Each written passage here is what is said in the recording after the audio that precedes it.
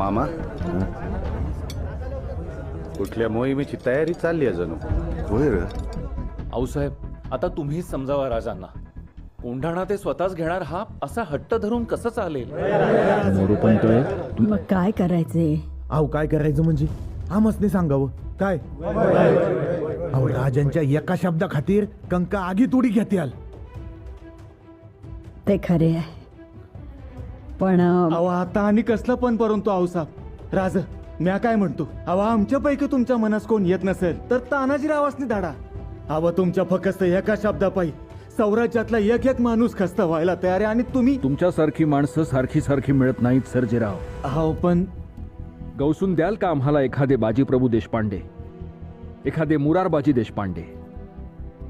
पंत सापडतील का एखादे बाजी काका पासलकर पुन्हा?